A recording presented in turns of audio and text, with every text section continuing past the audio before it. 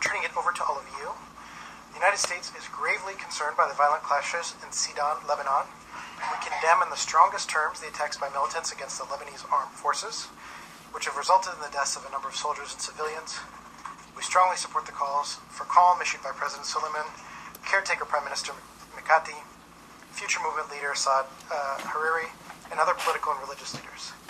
The United States praises the efforts of the LAF and internal security forces in working with political leaders to maintain peace and stability, and renews its commitment to continue providing training and equipment to assist security forces in their critical role in preserving Lebanon's unity. The United States is fully committed to Lebanon's stability, sovereignty, and independence.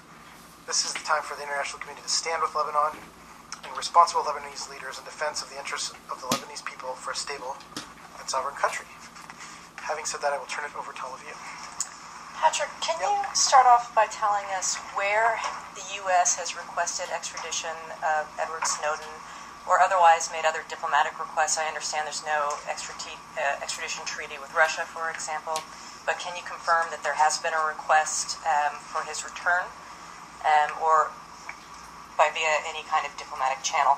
And also to the larger issue, how will the State Department try to pursue his return from countries that may or may not, that may have chilly relations with the U.S.? So let me just speak broadly that we, over the weekend, the United States has been in touch via diplomatic and law enforcement channels with a number of countries which Mr. Snowden might transit or that could serve as final destinations.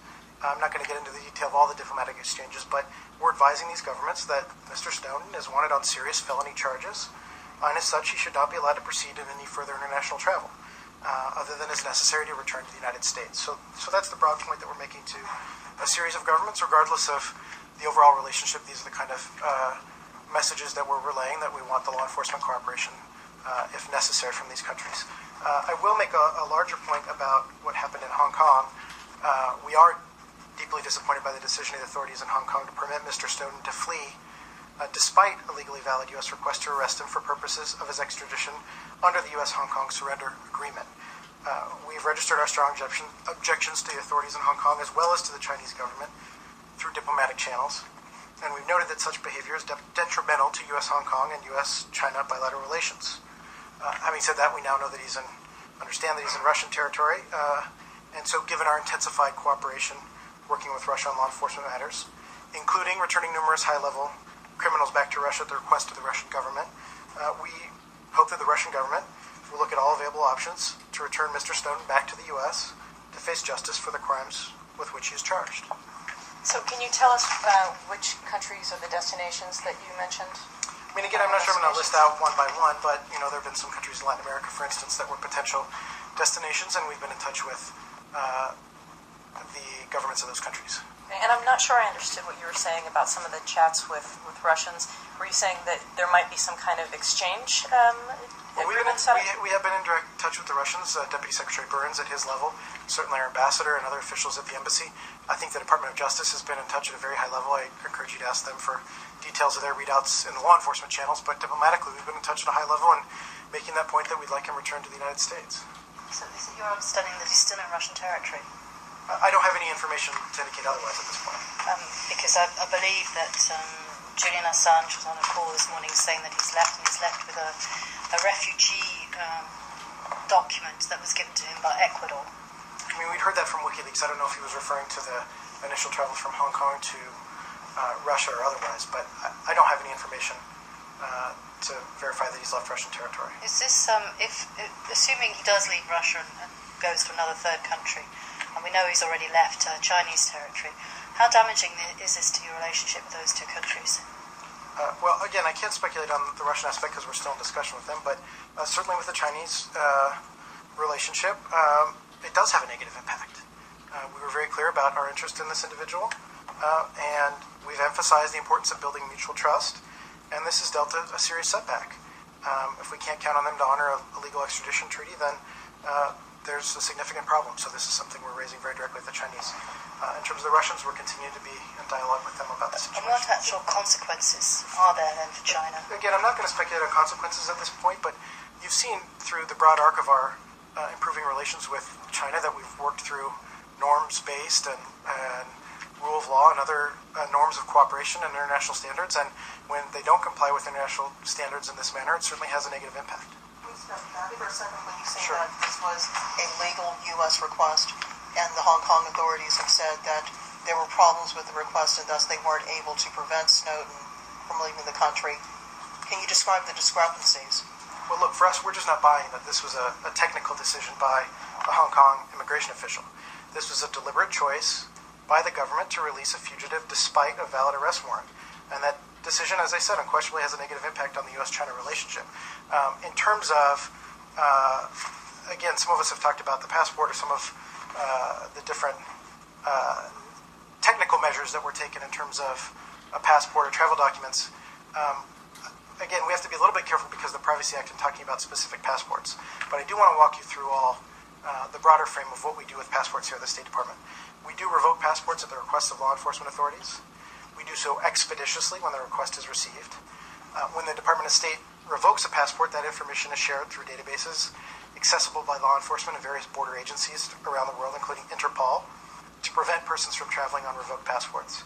And then, though the Privacy Act prohibits me from talking about Mr. Snowden's passport specifically, I can say that the Hong Kong authorities were well aware of our interest in Mr. Snowden and had plenty of time to prohibited his travel. So they were well aware. Clearly, the Department of Justice can provide you more granularity on the day-by-day actions we took in terms of sharing information with them, including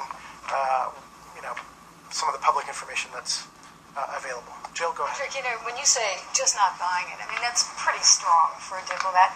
What is going on here? I mean, how can you, what does that say about the relationship with China if they can defiantly just push it back in your face and the Russians so far are not cooperating either? Well, again, I can't speculate or get in the heads of the country or on their motivations. But as I mentioned before, what we're trying to work through the Chinese with on our broader relationship are healthy norms of cooperation based on international standards. And so when you have something that is a relatively straightforward law enforcement cooperation matter and it's not dealt with that way, it has an impact.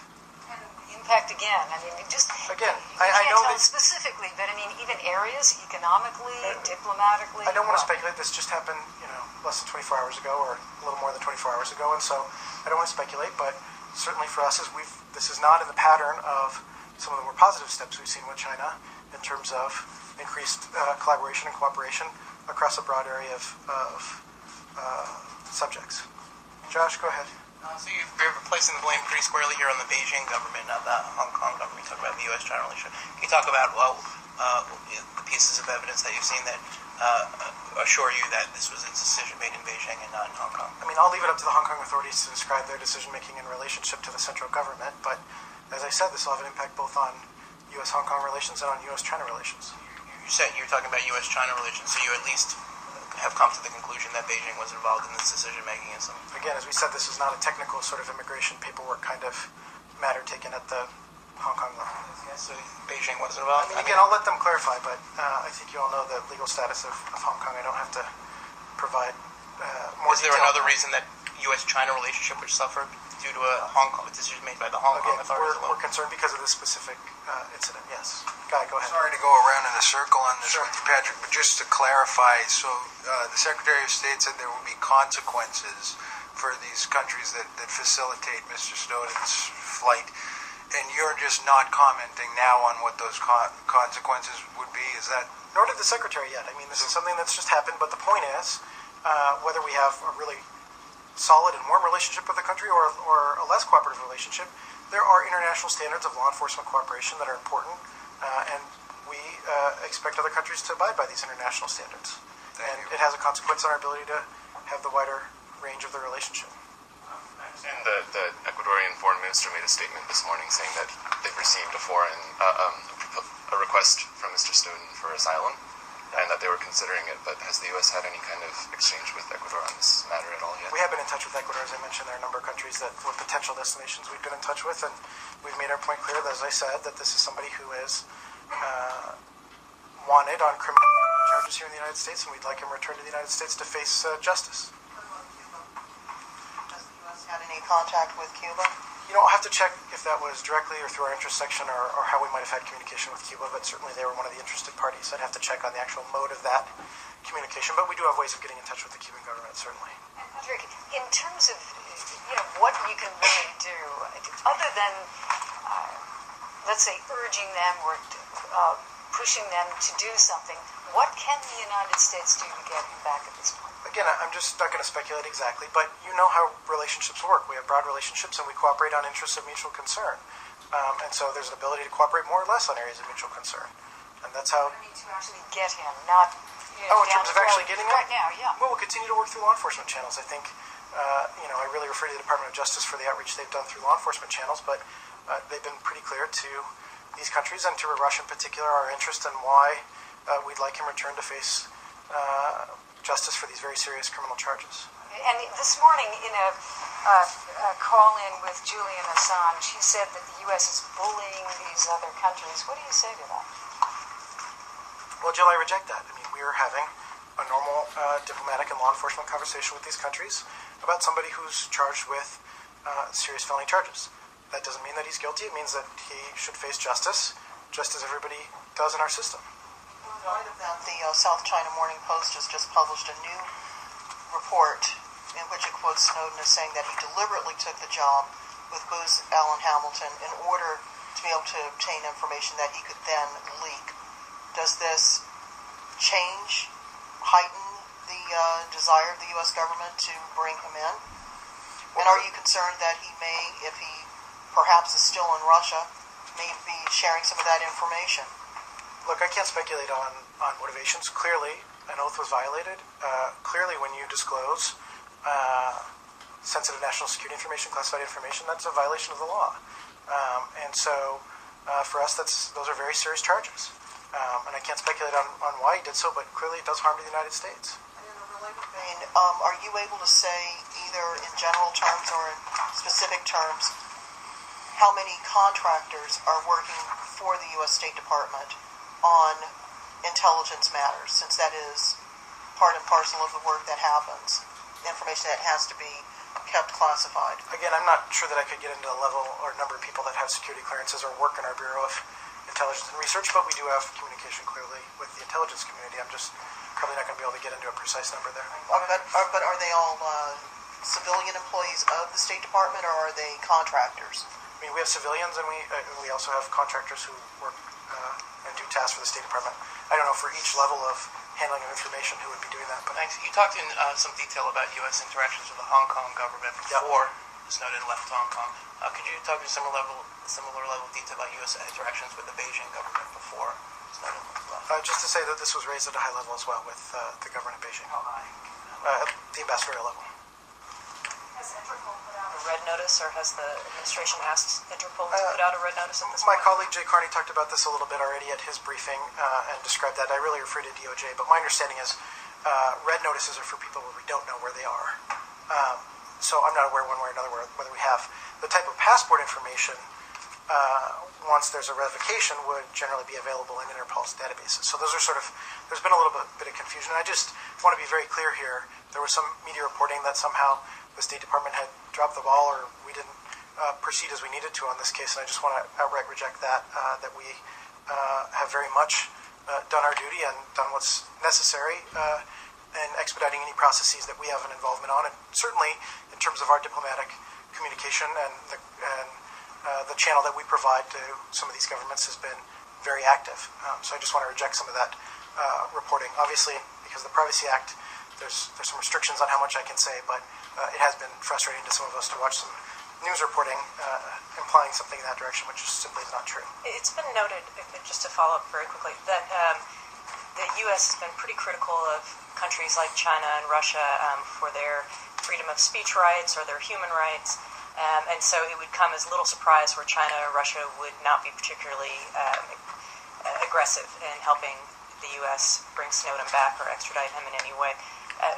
Can you say anything more about what kind of efforts will be taken to step up beyond what would usually be done in light of that kind of diplomatic relationship? I mean, just to say there is a certain irony here, of course, that somebody who says that he's about freedom of the internet and freedom of information, of course, would seek out some of these countries. In particular, you don't see him standing up for the free flow of information in some of these countries that don't always have that. But again, as I said, I'm not going to speculate on future consequences. But the in our communication with these governments, what we've made clear is that we want to do this through our law enforcement cooperation.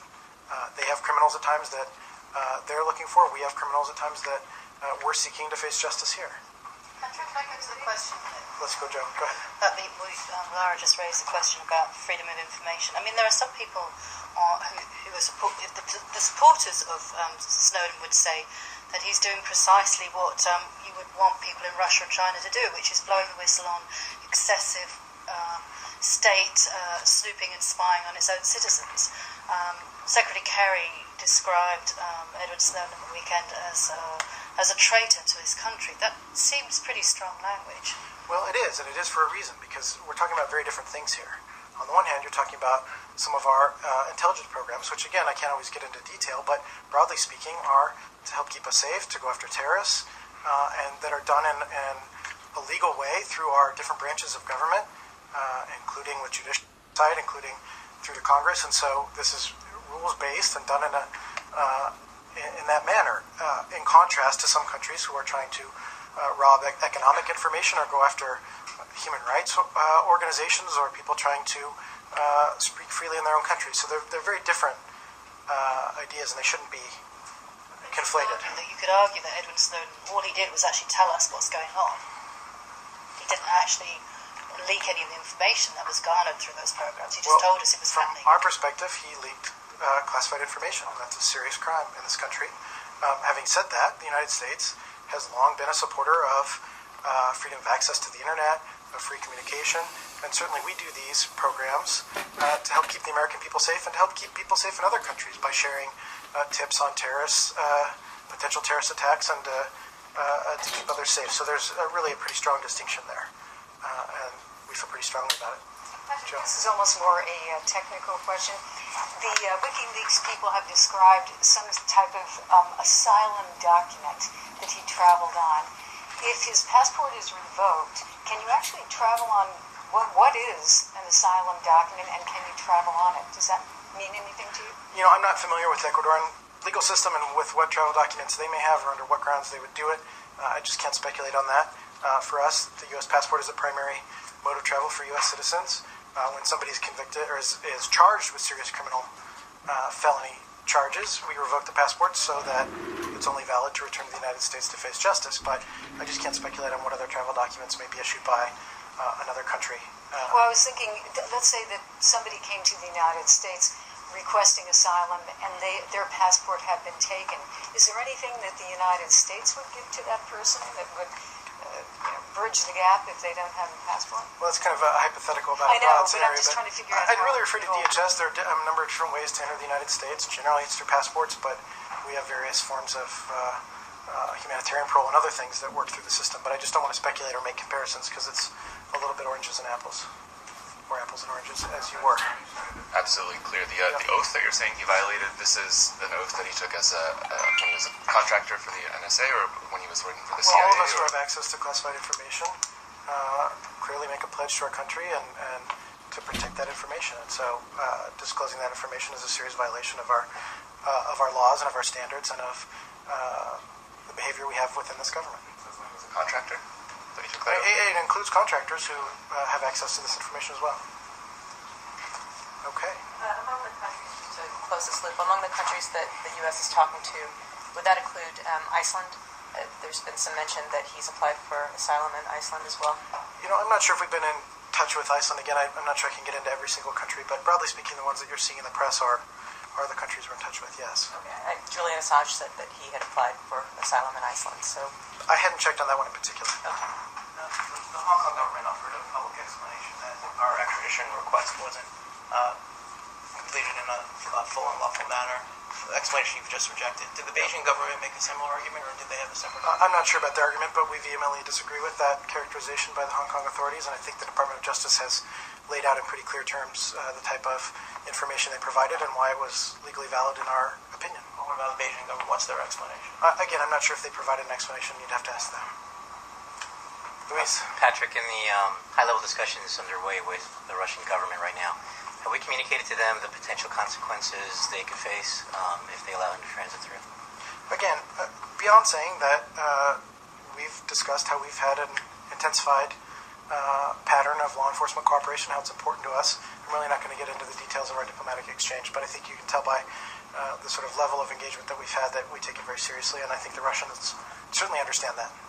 Making these pronouncements to countries in the Western Hemisphere, are you making them equally as strong to Russia? We're making it clear across the board. Regardless of which country he's in, we do have a strong interest in him returning. Okay. Other topics? Okay. Patrick, I'm sorry, I wasn't here on Friday, and Yep. you may have already given an update on this, but the talks between Cuban and American postal officials about possibly reestablishing direct mail between the two nations. Do you have an update on how those talks went? I believe they were held here in Washington on Thursday and Friday. So these are the direct mail talks? Yeah. Okay. So just to say that the establishment of direct transportation mail between the United States and Cuba is consistent with our goal of promoting the free flow of information to, from, and within Cuba. On June 18th and 19th, so that's last week, representatives from the State Department and the U.S. Postal Service met with representatives from the government of Cuba to discuss establishing direct transportation of mail between the United States and Cuba.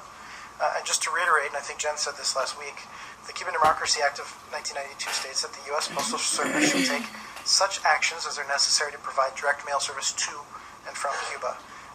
So the two sides continue to work on this, and as a result, we'll pursue means to open channels of regular communication related to mail security and operations.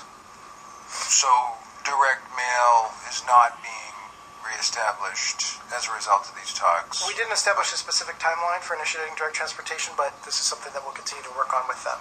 Do you know, have you got anything for us on when the next round of talks will be? I don't have a date on the next round, but this is something that, in the past we'd had some fairly regular discussion of and has now been back on the agenda between both countries. But I just don't have an update on when the next meeting might be. Thank you. Go ahead. The minister said that the regime will go to the Geneva conference, but no way will transfer the power to the opposition. Did you see that statement? I did see it. I mean, these comments are unfortunate, but not surprising. We think that a negotiated political settlement through the Geneva talks stipulates the transfer of full executive power to a transitional government. And so that's been our clear interpretation of the Geneva communique, and we've made clear to the Russians that in bringing the regime to the table, that is going to be on the agenda. So we've been very cleer about that. So the Syrian government saying they're not going to talk about that, doesn't it really negate the value of holding a conference? Well, I mean, look, unfortunately, the Syrian regime's lack of commitment to negotiations thus far is apparent. The increasing involvement of Iran and Hezbollah and the regime's use of chemical weapons threaten to put a political settlement farther out of reach. So when we announced this process, we said the conference would be convened as soon as practical. That means as soon as determined, in partnership with the UN and with our international partners, including the Russians, that we've done the necessary preparations to bring the parties together for meaningful negotiations and move forward toward a political solution. And that's very much under the Geneva I framework. So those are the terms, and we'll continue to press for that. Just to say that Under Secretary Sherman and Ambassador Ford are departing, I believe, tonight for meetings tomorrow with their UN and Russian counterparts in Geneva to take stock. So we'll continue to work through these. And Go ahead. Is Assistant Secretary Jones going with them? I'm not sure if Assistant Secretary Jones is on. I think she's with the Secretary as they go to Kuwait and the rest of the bilateral agenda there. so British Foreign Secretary William Hague said today at a press conference in the UN that the renewed government offensive against the opposition forces harming any chances of holding this peace conference. Doesn't the picture look pretty gloomy at the moment? Well, I said, again, the increasing role of Hezbollah and Iran, it does put a political settlement farther away, but that doesn't mean that we're going to stop diligently pursuing one because we think it's the surest and most effective way to end this crisis. Just to give a ground update, I know some of you want to get a daily check-in, but our understanding is that clashes continued this weekend around Aleppo, where the opposition is fighting to reverse recent regime gains. We know reports that regime militias in Aleppo executed 50 citizens in the southern neighborhood of Mazraa and shot 18 civilians in Douma.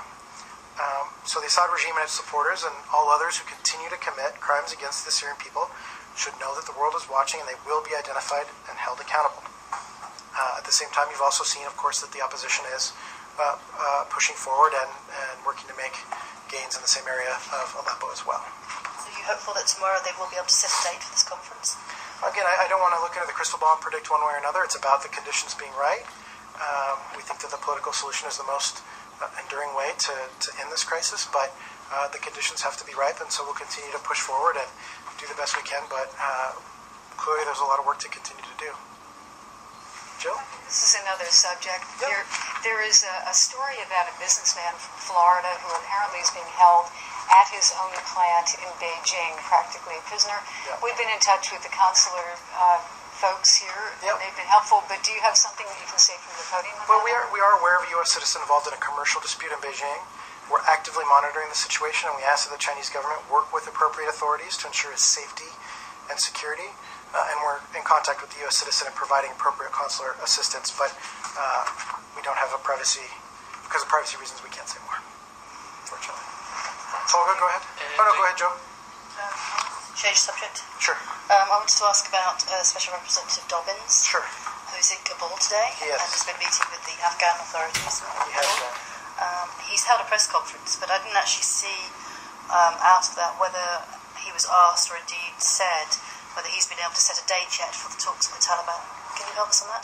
Well, he hasn't yet. I haven't seen the transcript of his press availability, but I was able to confirm that he did not meet with the Taliban, and currently he anticipates onward stops in Islamabad, Pakistan, and New Delhi, India, but we don't have further details on potential stops beyond that at this time. So the idea is to hold the talks in Doha. Right, that's where they would be. We still haven't set them, but as we said, this is something we are clear about how difficult this could be, but it's something that we're open to, and we hope that the Taliban will be prepared to do their part as well. What's the main obstacle at the moment to setting a date? I don't have anything particular one way or another to read out. I mean, this is something that, there were, that in the opening of the office in the early hours, there were some terms that weren't agreed to. Thanks to the efforts of the Qataris and others, there may still be an opportunity to move forward. So we need to see if we can get it back on track. We don't know whether that's possible or not. Oh, really? So it might not happen at all now? It might not. I mean, the Secretary said that over the weekend as well. We don't know one way or another. There were some hopeful signs, a couple steps forward in terms of opening the office. Clearly, some issues that some of the agreement that wasn't adhered to, but we want to see if we can get it back on track, but we'll be clear-eyed and continue to see what can happen. What's the stumbling block? What's the problem with getting back on track now? Again, I don't have any particular terms or conditions or other problems. We've said that if a meeting's possible, there'll be one, but I just don't have one to announce yet. So the Taliban are actually not now acquiescing to a date for talks? Again, we're ready to meet. So to take a step back, though, remember, for us, the goal is to get Afghans talking to Afghans. We said that we were open to meeting with the Taliban because we have issues to raise with them directly, but the principal goal is to get Afghans talking to Afghans, and so I think part of Ambassador Dobbins' trip was obviously working with the Afghans, and I think they've had some statements as well with the Afghanis over the weekend where they made clear they are open to potentially having this way forward in political dialogue. So is the idea now to meet in a three-way situation then with the US, Taliban, and Afghans? Well, we said we're willing to be there if they want us to be there, but we have to see what happens. The goal is to get the two sides talking together. But this time last week it was going to be the US and Taliban who were going to meet. Then we all know what happened with the office. Right, and so we're still open for the other EU members for their position on that. But we do continue to follow events in Turkey closely. But separate apart from that, we've been clear that we support Turkey's EU aspirations. Go ahead. Do you have any updates on planning a trilateral with South Korea and Japan for the ASEAN conference? I don't have an update on scheduling. You know that we met at the trilateral at the special representative level here in Washington. It's a potential meeting that could happen on this trip, but I don't have a confirmation one way or another. Sarah? Also on the conference, the North Korean foreign minister is going to go. Does the secretary have any plans to meet with him, or would he be open to that? Not that I'm aware of. I think that'd be fairly unusual. I'm not aware that that's on the agenda. Go ahead. Lebanon. Yep.